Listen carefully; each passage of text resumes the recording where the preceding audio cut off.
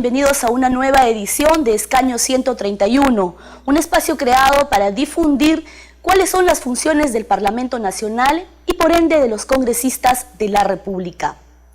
En América Latina, los partidos políticos son los que cuentan con el menor respaldo de la población y por supuesto los parlamentos en el mundo no son precisamente los más populares.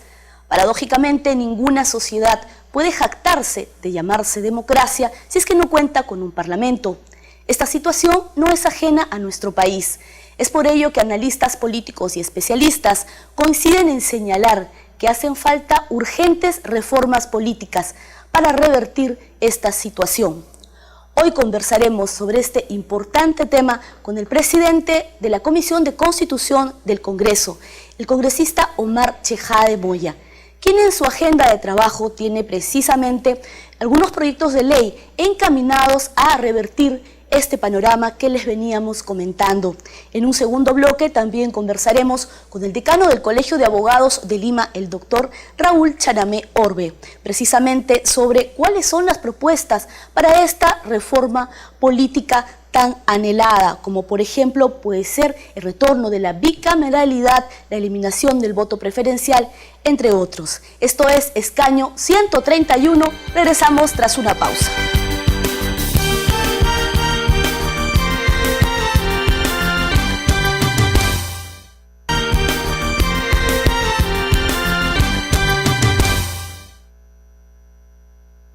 Esto es Escaño 131 y el día de hoy, como ya lo hemos mencionado, estamos conversando sobre la situación de los parlamentos en el mundo, la baja aprobación, el bajo respaldo que tienen de parte de la población.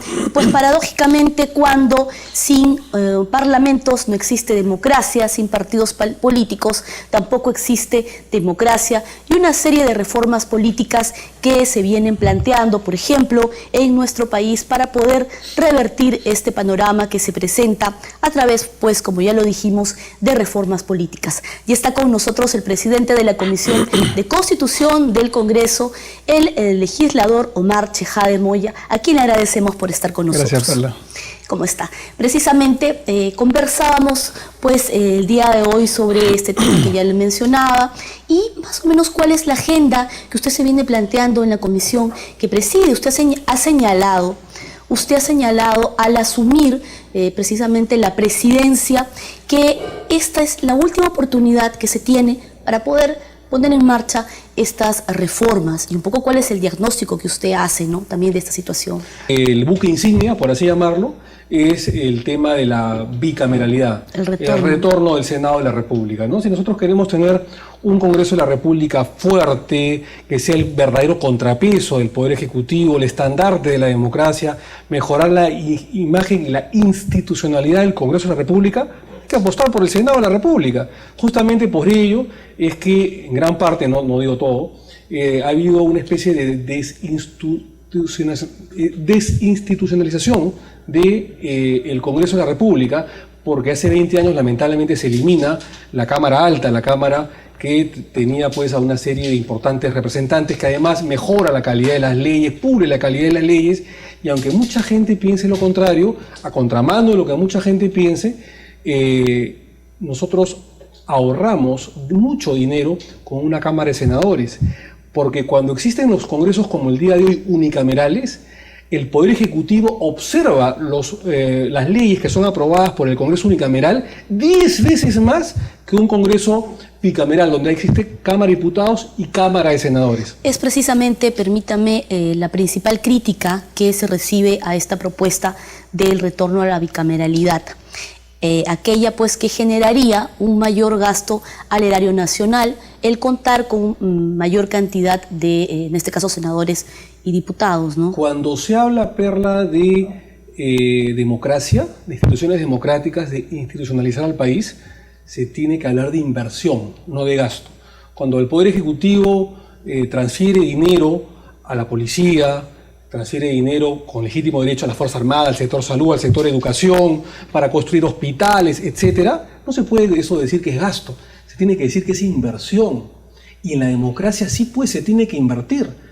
Se tiene que invertir en un mejor Congreso de la República, Por eso que nosotros pensamos de que es la política o el pensamiento pulpero, ¿no es cierto? El decir, más congresistas, más gasto. No es así.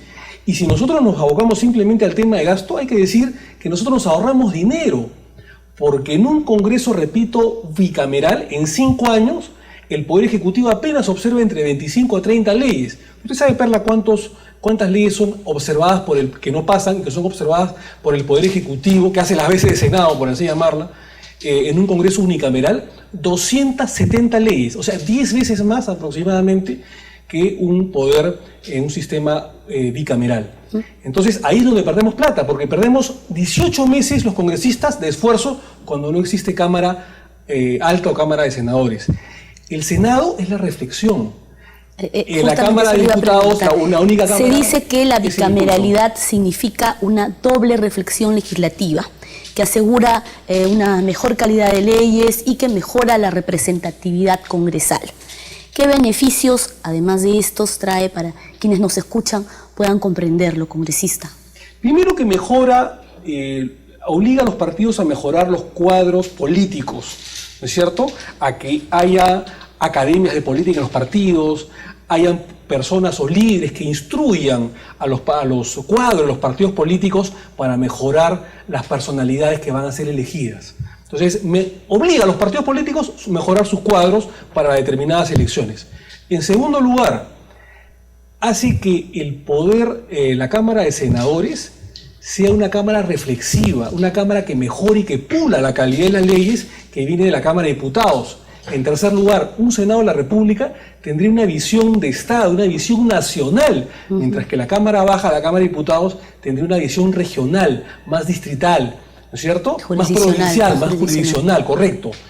Además, si existiera, por ejemplo, Senado de la República, hace rato ya se hubieran elegido a los miembros del Tribunal Constitucional, a los miembros de la Defensoría del Pueblo, del BCR, porque es una Cámara menos política, es más académica, es más reflexiva.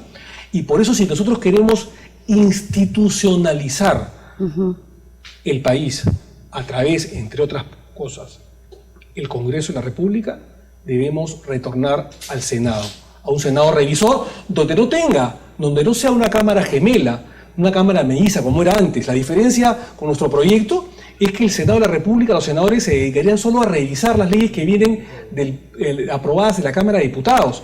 La Cámara de Diputados tendría iniciativa legislativa y la Cámara de Senadores solo revisaría las leyes de primera instancia o de la Cámara de Diputados. Es como el Poder Judicial, Corte Superior, Corte Suprema. Congresista, entonces, para usted, con el retorno a la bicameralidad, ¿se podría revertir esta percepción de la población, ¿no? Que según la última encuesta de Ipsos para el comercio, para el Diario del Comercio, tiene el Congreso solamente el 9% de respaldo, no solo ello, Perla, porque lo que nosotros hemos propuesto en agosto, cuando asumimos la presidencia de la Comisión de Constitución y Reglamento del Congreso de la República de Perú,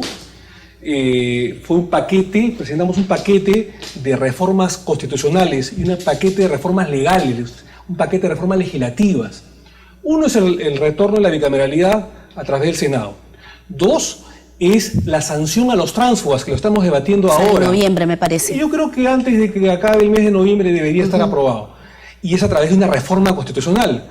El que se pasa de una bancada a otra, el que se pasa de un partido, de una agrupación política a otra, sin necesidad de prebenda, sin causa alguna, es inmediatamente vacado de su cargo, ¿no es cierto?, y reemplazado por el accesitario. Yo creo que se debe sancionar esas malas prácticas de transfugismo parlamentario. Pero no solamente ello, nosotros hemos aprobado hace unos meses en la Comisión de Constitución y Reglamento, y ahora está en el Pleno, la modificación de la ley de partidos políticos, entre otras cosas, el financiamiento público estatal a los partidos políticos. El Perú con Venezuela somos los únicos países atrasados, por supuesto, en este tema, en que el Estado no financia a los partidos políticos. Y se dice, pues, vamos a financiar a otorongos, y hay esa falsa idea. Hay experiencias de otros países. Sudamérica, salvo Venezuela y Perú, el Estado financia a los partidos políticos. Si queremos evitar las malas prácticas, los dineros mal habidos, los dineros del narcotráfico incluso, que se pueden infiltrar como sucedió en México o en Colombia, de los carteles de la droga, en los partidos políticos o en las campañas políticas, tenemos pues que financiar a los partidos políticos, obviamente con controles, porque ahí estaría la OMPI, estaría la Contraloría General de la República, para ver que esos dineros sean bien utilizados. Y sería básicamente para el mantenimiento de los partidos políticos y para formar cuadros políticos. Y nosotros nos quejamos, si la población se queja, Perla, de que hay fulano de tal en el Congreso o en los ministerios y hay malos políticos que se desfalcan al país o con malas prácticas o que de repente no tienen el conocimiento debido, entonces tratemos de incorporar a los partidos políticos un financiamiento para tratar de mejorar los cuadros. El aumentar los requisitos para que las autoridades salgan electas podría cambiar el panorama. Sí, es una concretamente los congresistas, ¿no? Es un sistema mixto que yo particularmente lo he propuesto en mi proyecto de ley de la bicameralidad, es decir, que por lo menos el senador de la República, aparte de ser peruano de nacimiento y no menos de 35 años de edad al momento de postular, tenga por lo menos título universitario, ¿no es cierto? Es una propuesta que genera debate. Hay muchos que están en contra porque dicen que es antidemocrático ello y que un analfabeto puede acceder a la Cámara Alta o la Cámara Baja. Adelante el debate, bienvenido el debate. Pero lo importante es que no solamente estamos promoviendo nosotros la bicameralidad, además la sanción a los tránsfugas y el fortalecimiento de los partidos políticos, entre otras cosas con, repito, el financiamiento estatal o público a los partidos políticos, sino también la eliminación del voto preferencial. Si nosotros queremos evitar esas malas prácticas de que quien tiene más dinero, a través de un sistema pro-plutocrático, digamos, quien tiene dinero, quien tiene más acceso a los medios de comunicación, tenga más opción, digamos, a salir elegidos, sino nosotros propendemos a la meritocracia. Si queremos tener un sistema meritocrático de partidos políticos, tenemos que desalentar la práctica de la eliminación del voto preferencial. Claro, que también hayan primarias transparentes dentro de los partidos políticos, porque también para se puede seleccionar convertir, mejor a los sí, porque si no candidatos. se puede convertir también en una tiranía de los partidos políticos. Entonces, para evitar eso, tiene que haber eliminación del voto preferencial, pero que en los partidos políticos haya una transparencia de las elecciones. Quien tiene más méritos estará en los primeros puestos. ¿Cómo lo ve usted? ¿Tiene consenso esta propuesta? Tiene consenso en el pueblo, tiene consenso a nivel nacional, tiene consenso de los medios de comunicación, pero lo que no se tiene consenso lamentablemente es en el seno, fuerzas políticas, en el interno, en la interna del Congreso de la República. No, en las fuerzas políticas están de acuerdo. Los líderes y fundadores de los partidos políticos, por supuesto que están de acuerdo y hemos conversado con ellos. Pero quien le saca la vuelta muchas veces a sus propios líderes políticos son algunos congresistas. Es decir, porque se creen pues hijos del voto preferencial. Entonces dicen, oiga, si yo choco con el presidente del partido, entonces me pone al final a la cola de la lista de candidatos y no salgo elegido. Pero para eso hay que poner también candados para que las cúpulas partidarias no abusen de los buenos cuadros políticos por discrepancias políticas internas, digamos, ¿no? Congresista, no queríamos pasar por alto, y justamente usted ya nos dirá si forma parte de esta reforma política, lo anunciado por el presidente del Congreso, Freddy Otárola, esta reforma administrativa en el Congreso. Él ha señalado últimamente que tiene una estructura del siglo XVIII. Sí, nosotros todavía no hemos presentado un proyecto de ley al respecto, pero estamos para apoyar al presidente del Congreso. Evidentemente hay un sistema administrativo caduco en el Congreso de la República, en el que todavía no se privilegia muchas veces la meritocracia a través de concursos públicos, sino muchas veces el tarjetazo, el poder de la confianza y todo ello, y acarrea que a veces, no todos por supuesto, malos funcionarios se enquisten en un Congreso que además cada vez aumenta, a veces innecesariamente, de empleados públicos en dicha institución. A veces es necesario, por supuesto que sí, pero a veces no. Entonces creo yo que lo que está formulando Freddy como presidente del Congreso, Freddy Otárola, es importante porque quiere en todo caso como objetivo revolucionar la parte administrativa del Congreso y evitar ciertas corruptelas. Nosotros anexamente vamos a fomentar a que el proyecto de ley de imprescriptibilidad para los delitos de corrupción de funcionarios también llegue a buen puerto.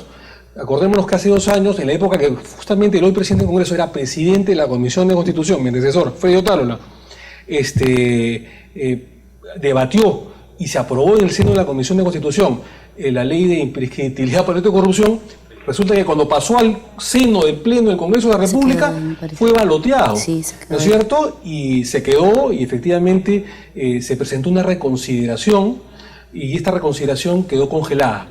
Lo que vamos a hacer nosotros en las próximas semanas o meses es impulsar esa reconsideración presentada hace unos meses, pero que no pasó a votación, debatirla, exponerla, explicarla, fundamentarla, para que finalmente sea aprobada a la luz de los medios de comunicación y el pueblo, porque creo que nosotros necesitamos que esa ley llegue a buen puerto. Congresista, le agradecemos mucho por haber estado con nosotros el día de hoy aquí compartiendo toda esta recargada agenda de trabajo que tiene usted en la presidencia de la Comisión de Constitución. Muchas gracias. Muchísimas gracias también. Gracias. Nosotros volvemos tras una pausa.